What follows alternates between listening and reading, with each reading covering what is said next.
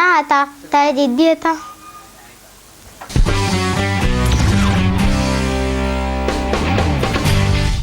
હોય શું જ માણસમાં પોતાના વિચારો હોય તો જીદ આવે ને આવે જ. ઉછીના વિચારો લઈને જીવવાવાળાને જીદ ના આવે. ગંગા કહે ગંગાદાસ, જમના કહે જમનાદાસ એવું કહેનાર મને જીદ આવે ને. જીદ કોનામાં આવે? જેનામાં સત્વ હોય, જેની પાસે કોઈ વિચાર હોય, જેના આગ્રહ હોય, પણ દુરાગ્રહ ના હોવા જોઈએ. અને જીદ ક્યારે એક પક્ષી ના હોય. જીદ હંમેશા દ્વિપક્ષી જ હોય. હું કહું કે મારે આમ જવું છે ને તમે કહો છો મારે આમ નથી જવું, એનો કે તમારી જીદ છે નથી જવું, મારી જીદ છે જવું છે.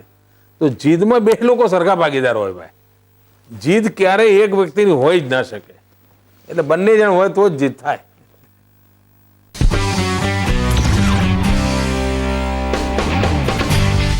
ખાસ કરીને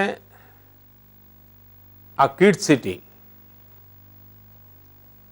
બાળકોના આત્મવિશ્વાસ કેળવવા માટે છે.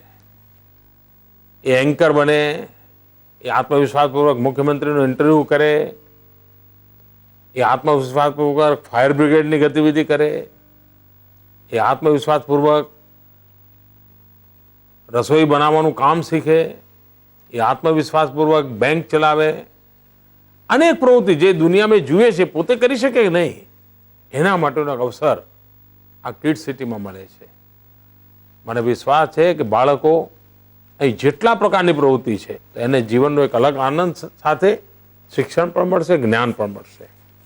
નાના નાના ભૂલકાઓને જીવનમાં કંઈક ને કંઈક કરવાની મહેચ્છા હોય, જીવનમાં પ્રગતિ કરવાની મહેચ્છા હોય, પણ સાથે સાથે આ સમગ્ર સમાજનું આપણા ઉપર ઋણ છે. એ જો ભાવ રહે તો આપણે બહુ જ જીવનની અંદર સમાજ જોડે હળીમળીને જીવવાની ટેવ પડશે. મિત્રો, નિયમિતતા એ બહુ મોટી શક્તિ છે.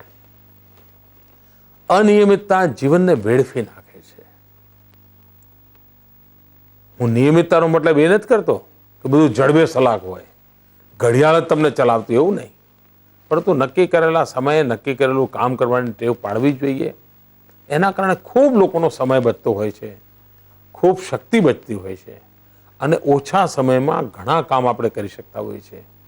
નિયમિતતા પણ જીવન ઘડતરની અંદર ખૂબ મોટું પરિબળ બનતું હોય છે. અને મને વિશ્વાસ છે મિત્રો કે તમે બધા પણ નિયમિતતાની બાબતમાં ક્યારેય કોમ્પ્રોમાઇઝ નહીં કરો, ક્યારેય સમાધાન નહીં કરો.